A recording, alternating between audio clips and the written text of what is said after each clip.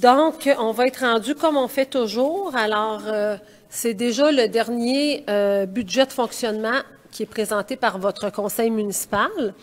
Alors, on a toujours, on a eu un défi en lien avec le nouveau rôle d'évaluation. On sait que ça a augmenté de façon quand même importante à Magog. C'est certain qu'on a abaissé le taux de taxe on a essayé de faire en sorte qu'il y ait le moins d'impact possible sur les citoyens. On comprend que c'est toujours ceux qui augmentent plus que les autres, qui en ont plus d'impact, puis ça, on n'y peut rien. Mais je vais laisser M. Samuel Côté, président de la Commission des finances, qui va vous présenter le budget de fonctionnement 2025. Alors, la parole est à vous, M. Côté. Merci, Mme la mairesse. Alors, bonsoir à tous. On va faire le budget, prévision budgétaire 2025. Alors, on va commencer par les faits saillants de l'année à venir. Alors, l'augmentation du taux de taxe, ce que tout le monde attend, on va le dévoiler en partant à 2,9 % pour l'année 2025. C'est une hausse annuelle environ de 80 $ pour la maison moyenne, qui, avec le nouveau rôle d'évaluation, est à 576 000 $ à Magog pour la maison moyenne. On peut faire quelques autres petits faits saillants, là. Avant de commencer la présentation, il y a eu une baisse de 20 $ du tarif pour les services et matières résiduelles. Quand on vous dit que les tarifs sont facturés à l'utilisateur payeur, là, on en a une preuve. Même quand ça descend, on descend les tarifs. Quand ça augmente, on augmente les tarifs. Fait que cette année, on l'a diminué de 20 $. C'était 194 $ en 2025, puis 214 2024. C'est pour ça qu'on a diminué de 20 $. La hausse des tarifs, c'est 19 $ pour le secteur desservi, 7 $ pour le non desservi. On a fait également, dans ce budget-là, une bonification de 300 000 $ de l'enveloppe budgétaire pour l'achat d'asphalte, portant le budget à 1,5 million. Fait que depuis qu'on est rentré au Conseil, il y a 4 ans, ça a triplé l'enveloppe budgétaire qui était pour l'asphalte. Également, signature d'une entente avec le service d'incendie du canton d'Offord pour une desserte totale de leur secteur, ce qui nous donne un revenu supplémentaire de 600 000 $ en 2025. Également, une affectation des parties des bénéfices d'Hydro-Magog pour amorcer les projets prévus dans la vision 2024-2034. Alors, pour les 10 prochaines années, c'est environ 2 millions de dollars par année à 2034. Également, un ajout d'un enveloppe budgétaire de 100 000 $ pour la nouvelle politique de l'arbre de la ville de Magog. Donc, si on va à diapo numéro 5, un budget de fonctionnement, c'est quoi? On fait un petit peu le rappel à chaque année de vous expliquer les gens qui comprennent bien la différence entre le budget et le PTI. Le budget, c'est les fonds prévus pour le fonctionnement qui permettent d'offrir différents services municipaux. Différence avec le PTI, le PTI, c'est les investissements prévus à la ville, l'investissement dans les prochaines années. C'est l'investissement majeur. Fait que le PTI, c'est vrai sur plusieurs années. Puis le PTI, c'est des investissements qui sont planifiés sur un horizon de 3 ans, qui sont utilisés sur plusieurs années. Fait qu'on peut vraiment des choses qui sont utiles dans les 10, 15, 20 prochaines années. Si on compare avec un budget familial, un budget, ça se compare aux sommes allouées pour les dépenses courantes, épicerie, électricité, taxes, etc. PTI, c'est l'hypothèque, agrandissement de maison, travaux de rénovation. Fait que ça, c'est un petit rappel pour savoir c'est quoi la différence entre les deux. Si on rentre dans le vif du sujet, à la diapo numéro 6, les revenus municipaux. Fait que vous pouvez voir, en 2024, c'était 106 110 100.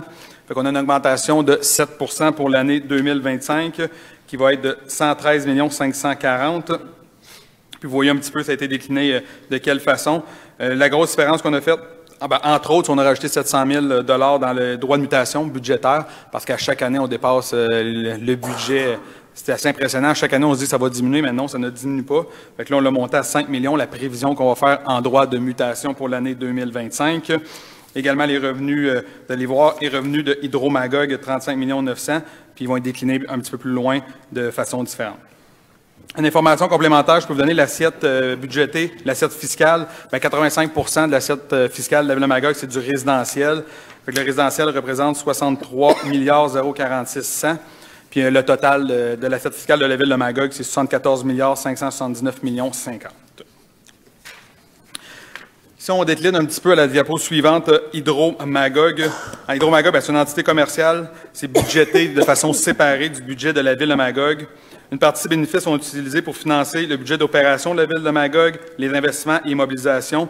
C'est fait pour limiter les emprunts, fait qu'on est vraiment chanceux de les avoir. Les revenus, les budgets 2025, 35 900 000. C'est 2 350 000 de plus que l'année passée. Les dépenses, on estime à 29 245 000.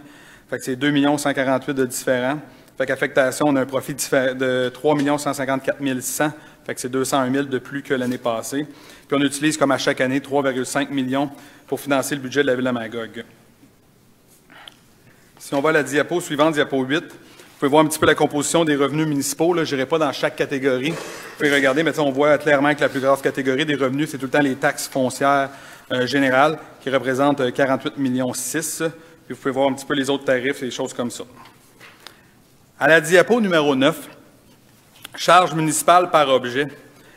Fait que, en 2025, les dépenses estimées de la Ville de Magog sont de 81,7 millions, puis celles d'Hydro-Magog, 32,3 millions.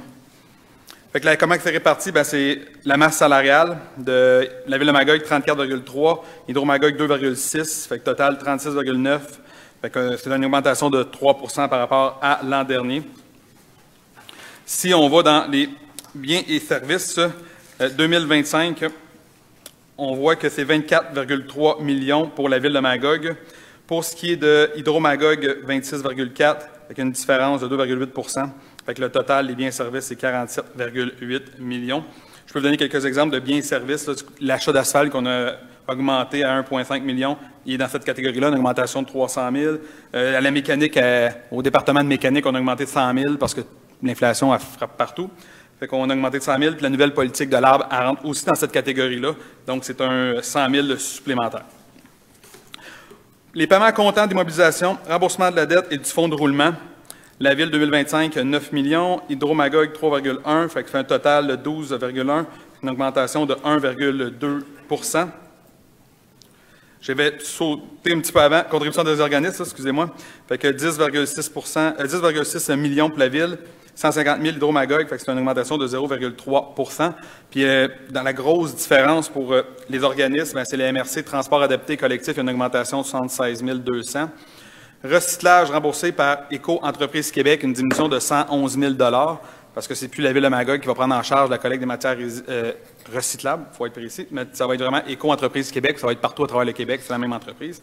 Contribution à l'OMH, une rénovation majeure au pavillon Moore, fait que la Ville contribue pour un montant de 70 000 Frais de financement 2025 estimé 3,3 millions, Hydro-Magog 21 900, total de 3,3, une légère augmentation de 0,5 Fait que si on voit le sous-total pour la Ville des charges municipales, c'est 81,7, Hydro-Magog 32,3, fait que ça fait une différence de 7,8 pour amener à 105,8 millions.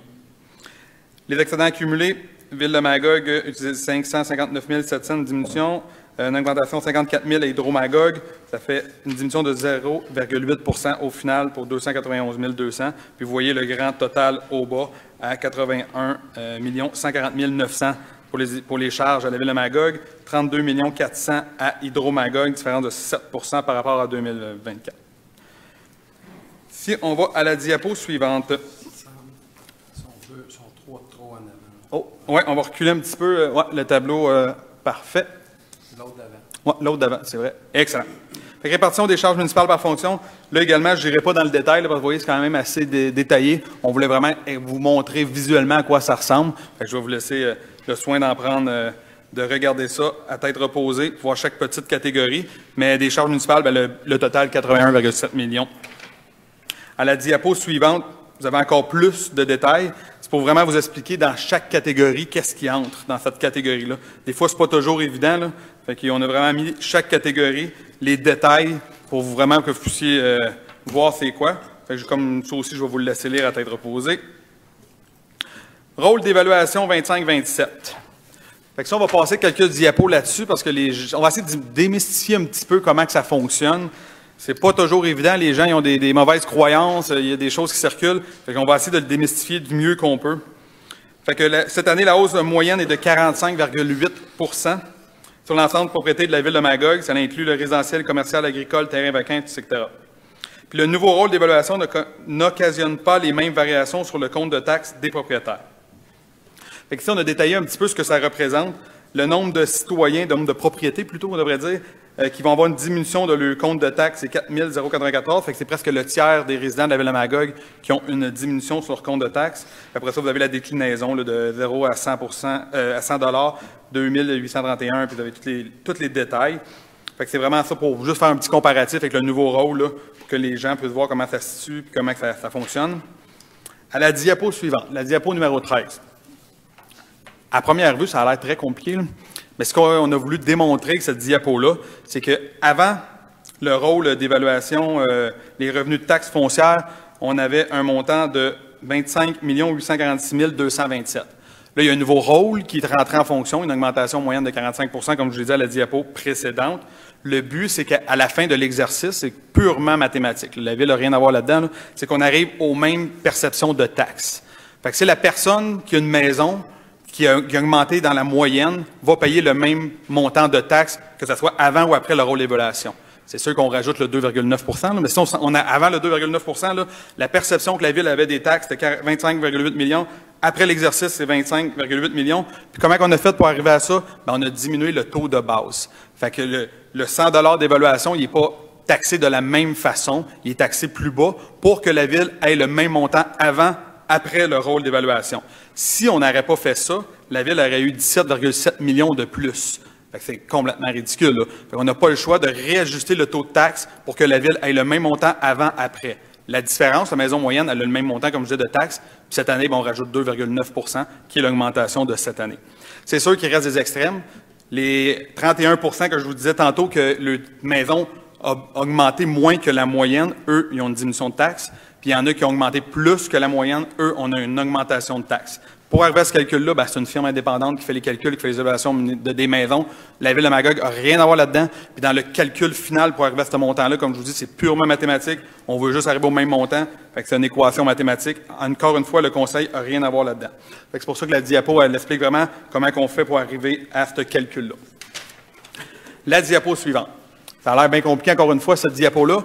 Ce qu'on a voulu vous démontrer, si vous voyez l'encadré du milieu, c'est la maison moyenne qui a la hausse moyenne. Fait qu'on a voulu vous démontrer que c'est 576 000 la valeur de la maison moyenne à Magog. Ils payent 3 519 $ de taxes avant le rôle d'évaluation. Après, sa maison est rendue à 877 367. Puis ils payent également 3 519 $. Fait que c'était vraiment pour démontrer qu'il y a le rôle d'évaluation si vous êtes dans la moyenne. C'est toujours dans la moyenne, vous ne payez pas plus cher de taxes. Là, on a mis quand même en haut, s'il y a des gens qui ont une augmentation qui est en bas de la moyenne, eux ont une diminution de taxes. Puis dans l'encadré du bas, on a mis la même chose, mais ceux qui ont une augmentation en haut de la moyenne, eux vont avoir une augmentation de taxes. Puis on a mis une maison moyenne de 576, puis on a mis la maison de 1 million. C'était juste pour avoir des comparatifs entre les deux. Pour les gens nous posent beaucoup de questions. C'était vraiment pour démontrer un petit peu là, en chiffres le calcul. Vous avez la catégorie B puis E, c'est l'ancien taux de taxe. Puis la catégorie E, c'est le nouveau. Ça fait en sorte que la maison moyenne n'a pas d'augmentation, sauf le 2,9 de cette année. Maintenant, le taux de taxe en 100 $ d'évaluation. Je vais y aller juste par la première, si on va à la diapo suivante, à la première ligne, là, qui est le résidentiel, qui est la plus grosse catégorie de la Ville de Magog. Fait que, activité municipale 0,459. Le crédit d'Hydro-Magog qu'on donne à chaque année. C'est sûr que le crédit diminue à chaque année parce que c'est le même montant, mais la valeur des propriétés a augmenté. Fait qu'on fait, si on fait une règle de 3, le crédit diminue légèrement. Fait que moins 0,046 plus le service de la dette qui est 0,0866. Ça fait un taux 2025 combiné de 0,5. Fait que c'est vraiment par 100 $ d'évaluation. Fait que prenez votre maison, divisé par 100 $ d'évaluation, fois 0,5, vous allez avoir votre compte de taxe. Juste ajouter les tarifs. Plus les tarifs que j'en viens. Diapo suivante. Mais il ne faut pas oublier les tarifs à la diapo suivante. Alors que le service de la dette était à 0,119 en 2024. Et ça l'a baissé parce que là, il y a une augmentation du rôle d'évaluation. Comme je vous disais, ça se rééquilibre comme Hydro-Magog. Maintenant, tarification des services. Fait que la facturation est établie selon le principe de l'utilisateur-payeur. Comme je vous dis, à chaque année, c'est vraiment l'utilisateur-payeur pour chacun des tarifs. On n'a pas de réserve pour ces sections-là. C'est vraiment, on tarife ce que ça nous coûte, point final. Fait que l'eau potable, c'est bien entendu, c'est seulement avec le secteur desservi. On passe de 210 à 229 $. Égouts et traitement des eaux usées, 295 à 315, en grosse partie dû aux travaux à l'usine. Collecte, disposition des matières résiduelles et récupérables, on passe de 214, on a une diminution à 194 $. Comme je vous ai expliqué en entrée de jeu, c'est vraiment Éco-Entreprise Québec qui prend en charge la collecte des matières recyclables. Puis nous, on a quand même la subvention qui va arriver l'année prochaine de cette année, donc on a comme une double année, donc on peut faire un rabais de ce côté-là. Ça, c'est desservi et non desservi qui ont un rabais de ce côté-là. Vidange des fosses septiques, on passe de 143 $ à 170 $. Fait que ça, l'augmentation est due à la disposition des boues qu'il y a une augmentation cette année. Fait que pour le secteur desservi, c'est plus 19 $. Pour le secteur non desservi, c'est plus 7 $ par rapport à votre compte de taxe. Ça, c'est pas un pourcentage, c'est bien un montant qui est attribué à chaque résidence. Ça n'a pas rapport avec la valeur de la maison, là. Souvent, on mélange un petit peu les deux. Fait que ça, c'est la tarification des services, c'est un montant facturé par résidence. Ça n'a pas rapport avec la valeur. Fait que taxation d'une maison moyenne à la diapo numéro 17. Voici la façon qui est appliquée la taxation pour une résidence moyenne de 576 000 $. Fait que vous avez vraiment la résidence qui valait anciennement en 2024 avec l'ancien rôle 383 300. Puis si on va avec le nouveau rôle de 2025, elle a monté à 576 000 $. Le taux de taxe foncière par 100 $ d'évaluation, ce que je vous expliquais tantôt, on est à 0,730. Cette année, vu qu'on a un nouveau rôle, on a réajusté le taux de taxe de base, fait que là, on est à 0,5. Taxe foncière pour 2024 est de 2 798 $. Pour 2025, 2 878 $. À ça, c'est une augmentation de 80 $, puis ça représente 2,9 %. À ça, on ajoute, bien entendu, les tarifs qui est applicable du côté de desservi et du côté de non desservi, qui ne sont pas les mêmes. À la diapo suivante, on peut voir l'analyse de la taxe foncière par service municipal rendu. Fait qu'on a vraiment appris un 100 $ d'évaluation de votre maison, où est-ce qu'elle va l'argent. Pour l'administration, il y a un 15 $, il y a une provision de 400 000 qui a été faite pour les élections, parce que c'est l'année prochaine. Fait qu'il y a un 400 000 qui est ajouté dans cette section-là qu'on n'avait pas l'année passée. Il rentre le PMO, plan de main-d'œuvre qui va être présenté tantôt, il rentre dans cette section-là une bonne partie. Le plan d'aide aux employés, la marque employeur, ça rentre tout dans cette section-là. Après ça, vous voyez incendie, police, ça vaut 10 $, bibliothèque 2 $, OMH et famille 1 $, la voirie 12 $, ça a augmenté, comme je disais, pour le 300 000 d'asphalte, puis 100 000 pour la division qui est réparation. Déneigement 7 $, activité culturelle 13 $, cours d'eau environnement 3 $. Ça a augmenté ce montant-là pour matières résiduelles. Ça a augmenté à la Régie des déchets. Le tonnage qu'on va porter a augmenté. Puis la redevance gouvernementale a également augmenté 2025. Puis la politique de l'arbre rentre dans cette section-là. Ménagement urbaniste 5 $, développement économique 2 $, service de la dette 17 $, puis 3 $ au fonds de roulement.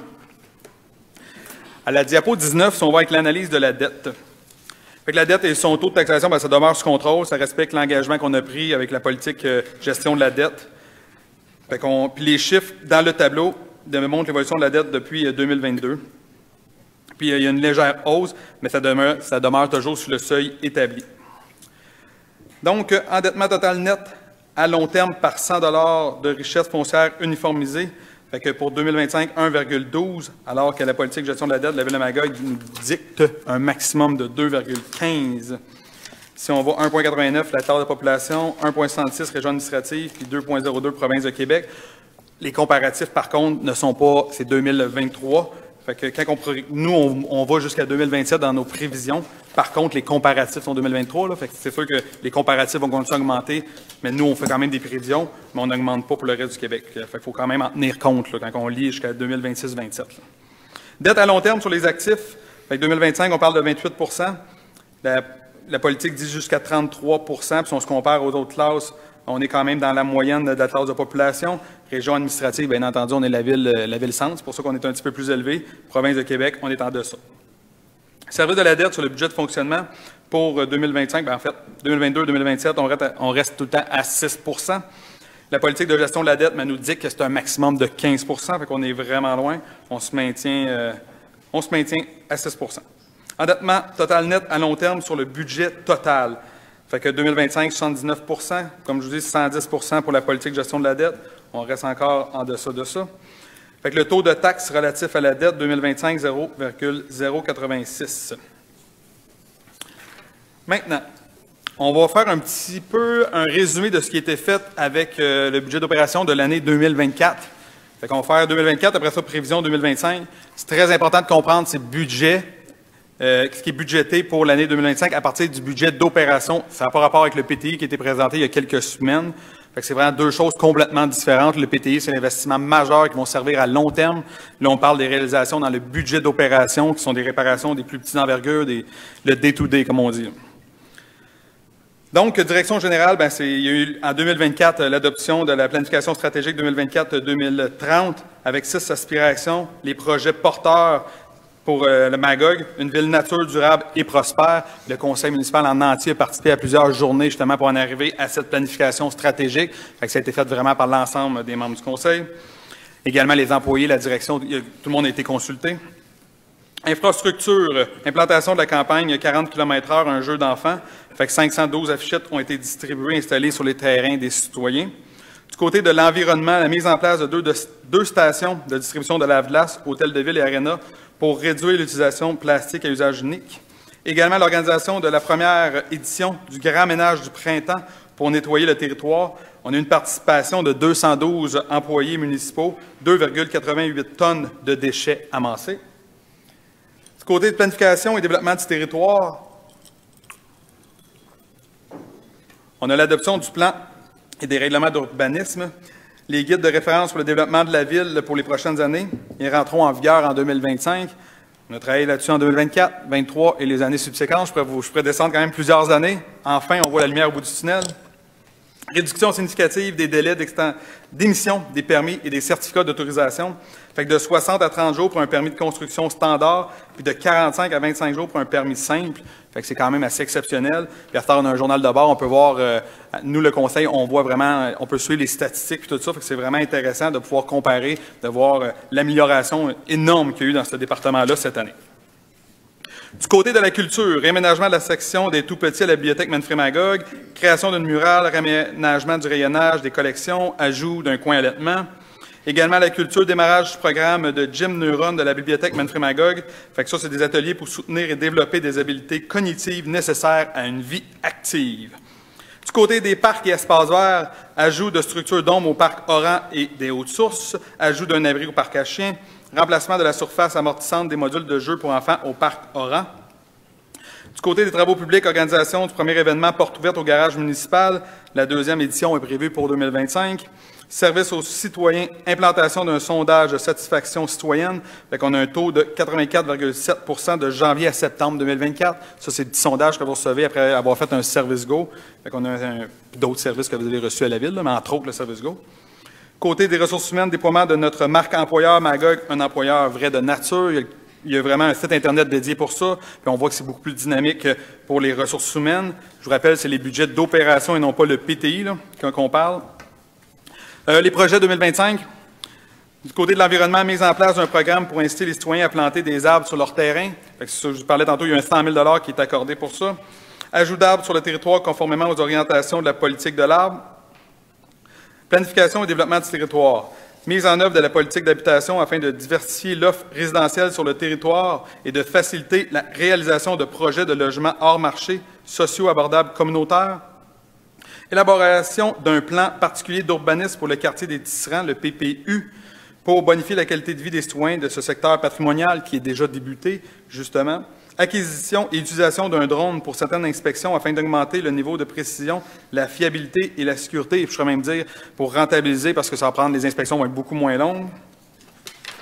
Greffe et affaires juridiques, assurer l'organisation et le bon déroulement des élections municipales prévues le 2 novembre 2025. Ça ne paraît pas, mais sont déjà à réserver les salles, sont déjà à faire la préparation.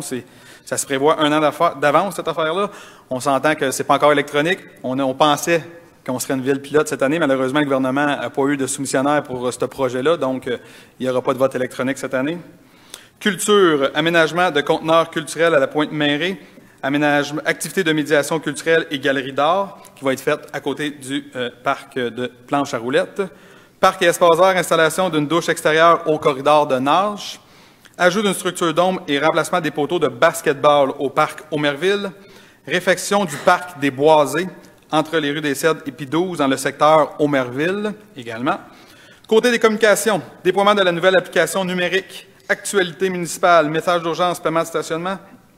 Également, mise en ligne du nouveau site Internet.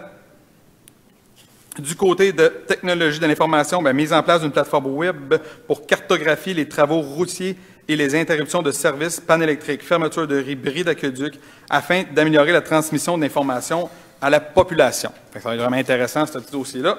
Et c'est ce qui met fin à la présentation d'aujourd'hui. Merci beaucoup, M. Côté. On serait rendu au point 3.2, qui est adoption des prévisions budgétaires 2025, et c'est proposé par le conseiller Sébastien Bellaire. Je propose que les prévisions budgétaires des activités de fonctionnement de la Ville pour l'année 2025, totalisant 113 540 900 $ soient adoptées, que les documents explicatifs de ces prévisions budgétaires 2025 soient publiés sur le site Internet de la Ville et dans une prochaine édition du journal Le Reflet du Lac, et ce, au lieu d'une distribution à chaque adresse civique sur le territoire de la Ville. Ça va pour tout le monde? Donc, c'est adopté à l'unanimité. On est rendu maintenant, il n'y avait rien aux affaires nouvelles, au point 5, questions des citoyens. Alors, ceux qui ont des questions précisément sur la présentation de M. Côté en lien avec le budget de fonctionnement 2025, c'est le temps.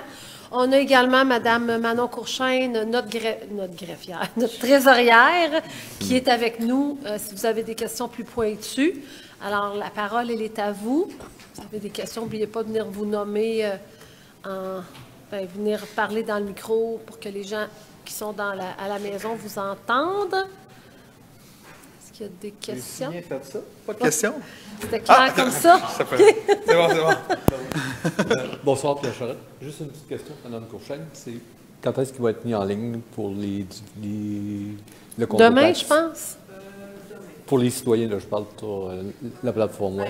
Nous, on va l'envoyer. En fait, les communications l'ont déjà, donc cette semaine, je dirais. Je ne veux pas m'avancer pour eux à dire demain, là, mais sûrement cette semaine. Cette semaine sur le site Internet de la Ville. Oui. Parfait, merci. OK. Bon, donc, cette semaine, le plus rapidement possible. Oui, sûrement. On parle du document. Tu parles du document? Oui. Là, le document va être mis en ligne. C'est ça que vous parliez? Ou votre compte de taxe que vous allez recevoir à la maison? Oui. Ce compte de taxe à la maison fin janvier, vous allez recevoir par la poste. Oui, il va être disponible sur le web. C'est bien demain. Ça va être notre... Parce qu'on a justement notre directrice des communications qui nous écoute. Puis là, elle a répondu, elle a dit demain, ça va être en ligne, la présentation de M. Côté PowerPoint. Là. Mais juste pour être certain, là, pas le compte de taxe, la présentation que vous parlez. Oui, le compte de taxe, c'est ça, c'est Non, c'est pas en ça. ligne. C'est ça, le compte de taxe en ligne. C'est quand Ah, est-ce qu'il va- compte de taxe. Ça va être juste à la fin janvier. À la fin janvier. Parfait. En fait, on les poste à la fin janvier. OK, Fait que- parfait. À la fin janvier sur le site Internet. Non. À la maison. C'est ça. Dans le fond, là, la présentation que M. Côté a fait, bien, ça va être possible de le voir en rediffusion. Puis, le PowerPoint va être sur le site Internet de la Ville dès demain. Mais au niveau de votre nouveau compte de taxe, ça va aller à la fin janvier. Mais si vous voulez connaître votre nouvelle évaluation qui, M. Côté l'a rappelé comment c'est indépendant, Oui. ça, c'est déjà en ligne sur le site Internet de la Ville. OK, mais sur le compte de taxe Internet va être disponible à la fin janvier. À la fin janvier, oui. Parfait, merci. Merci. Mais comme M. Côté a expliqué, si vous êtes curieux, vous faites dans tout ce qui est résidence fois 0,5 divisé par 100, vous ajoutez les tarifs, vous allez avoir une bonne idée de votre montant de compte de taxe pour 2025. Oui, Bonsoir. À la page 19. Monsieur Raymond. Oui, t'es encore à moi, Michel Raymond. Oui, bon. Dette à long terme sur les actifs. Là, il y a des pourcentages qui sont marqués. On peut-tu savoir les montants exacts Oui. en millions de dollars? Oui, alors, c'est ça. Donc, la dette à la charge de toute la ville, si on dit en 2024, c'est 53, presque 3 millions. En 2024. En 2025, prévisionnel, ça serait 56,8 millions environ. Parce qu'après ça, on a d'autres, tu sais, la dette, c'est toujours décortiqué, là. On a la dette au niveau des gouvernements, bien, ça, c'est les gouvernements qui nous payent les subventions, capital et intérêts. Fait que pour nous, on se dit, tu sais, ça ne devrait pas On la montre, on la démontre, mais pour nous, ce qui est important, c'est la dette à la charge de toute la ville. Des fois, on a des dettes de secteur. Ça, c'est les gens qui sont touchés par ça, une nouvelle rue, par exemple, qui payent la dette. Fait que c'est ça. Je vous ai donné la dette à la charge. Ça va? Oui, ben c'est ça. En fin de compte, ce que vous dites, c'est de 53 millions. Ça exclut les travaux permanents, des rues ouvertes. Le gouvernement, qu'un jour, vont vous donner de l'argent. Là. C'est ça. C'est ce que les gens payent. Autrement dit, 3 millions de plus. Pardon? À peu près. On peut se dire ça, 3 millions de plus qui nous ramènent au 28 c'est ça? Oui, sur les actifs. À peu près. OK, je voudrais savoir qu'est-ce qui est advenu de nos surplus accumulés. Chaque année, il y a un surplus. Vous n'avez pas le droit de faire des déficits. Ça varie de 5 millions à 6 millions de surplus. On peut dire un surplus à ce moment-là. Qu'est-ce qui arrive avec cet argent-là? Ils sont réaffectés, mais peut-être... Surplus affectés, là, je ne sais pas trop comment vous Oui, dire. réaffectés, mais on va laisser Mme Courchaine répondre plus en détail, peut-être. Bon, on a encore environ 7 millions là, qu'on garde, entre autres. Là, on attend de voir certains projets, s'ils vont aller de l'avant pour utiliser ces montants-là. Fait qu'on a encore autour de 7 millions. On en a pris un 600 000 aussi pour le budget d'opération. Je n'ai pas tout compris parce que vous êtes un petit peu loin du micro. Mais il reste 7 millions dans nos coffres, puis on a pris 600 000 pour boucler le budget. Mais il reste encore 7 millions pour on attend de voir les projets, s'ils vont de l'avant, si on va avoir besoin de l'utiliser cette année. Il reste 7 millions sur toutes les dernières années. Oui, mais à chaque année, on le réutilise, on ne le laisse pas accumuler. On le réutilise pour des projets. Quand on a une augmentation dans un projet, si on prend le fonds en surplus. Là. On a 9 millions aussi de réservés pour le deux glaces. Là. Pourquoi? Pour le deux glaces. L'aréna de glace. Le glace. Ah, vous pensez que vous allez l'avoir encore? Bien, on l'a, en tout cas. Il est Pour l'instant, on l'a. Hein? Il coupe des hôpitaux, mais je ne sais pas. En tout cas. Mais c'est juste de voir que quand si le projet va de l'avant, on n'aura pas de taxé, on a déjà le montant à l'interne. Les gens disent ça va coûter encore plus cher. Mais c'est un montant qu'on a déjà de côté depuis plusieurs années. Okay. Puis quand vous mettez 20-24, le montant qui est là, est-ce que c'est sur vos provisions de 2024, est-ce que, comme là, on est rendu le 1er décembre, est-ce que c'est une estimée que vous avez faite jusqu'à la fin de l'année 2024 ou c'est le montant réel? Pourcentage, je parlais? Non, quand vous parlez tout le temps, mettons 2024, vous mettez des montants, parce que l'année n'est pas finie. Là, c'est un estimé. 22-23, c'est le réel. 24 et suivantes, c'est des estimés. C'est quoi? Je n'ai pas compris. 22-23, c'est réel. 24, c'est un estimé, mais il reste un mois et quelques quand on a préparé le budget. Là, fait que c'est estimé qui se rapproche de la réalité pour 24, mais c'est encore un estimé parce que il peut arriver encore pendant le prochain mois quelque chose qu'on n'aura pas prévu. Là. OK. Bien, ça se peut que je revienne si on a... Pas de problème, on est là. On bouge pas. Parfait. Est-ce qu'il y a d'autres questions? Est-ce qu'on avait des questions au téléphone ou dans les commentaires? Bon, ça va? Il est efficace. Bon, alors, il faut croire que vous avez été bien clair, M. Côté, mais au pire, s'il y a d'autres questions qui viennent plus tard, on essaiera de répondre au meilleur de notre connaissance. On est quand même, on connaît en général, des fois, ce qui est plus pointu, ça peut être Mme Courchaine, mais on a une dernière question. Oui, mais c'est correct, là. Peut-être. Parce que, oui, alors, Robert Ranger, c'est pour la culture, conteneur culturel. Oui. Expliquez-moi ça, moi je comprends pas ça, un conteneur culturel. C'est à côté du parc de planches à roulettes. Tu sais, on a dit qu'on voulait avoir un réel lieu d'animation pour les jeunes.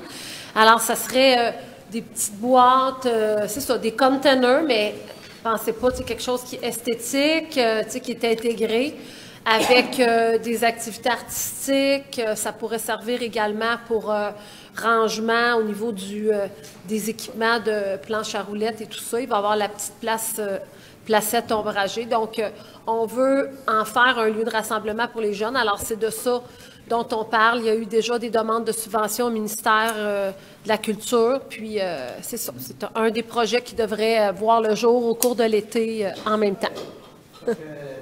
Si je comprends bien, ils vont être décorés par les enfants? Bien, ça va être un projet d'art en soi, là. Il va être par des artistes. Oui, mais les enfants, ce sont des artistes. Oui, c'est ça. Ben c'est ça. Ça peut être des plus jeunes, des moins jeunes, par des artistes, mais les artistes n'ont pas j'aimerais d'âge. que ce soit par les enfants, là, pas par des artistes là, nommés avec des diplômes puis tout ce que vous Vous avez avez. raison, mais moi, je suis allée à un vernissage d'artistes il y a 2 semaines. C'était les jeunes de la correct. Clé-de-Sol, donc ils peuvent être très jeunes. Pas de problème. Merci. Alors, on serait rendu à la levée de la séance extraordinaire et c'est proposé par le conseiller Jean-Noël Leduc. Alors, je propose que l'ordre du jour étant épuisé, la présente séance soit levée vers 19h40. Parfait, merci.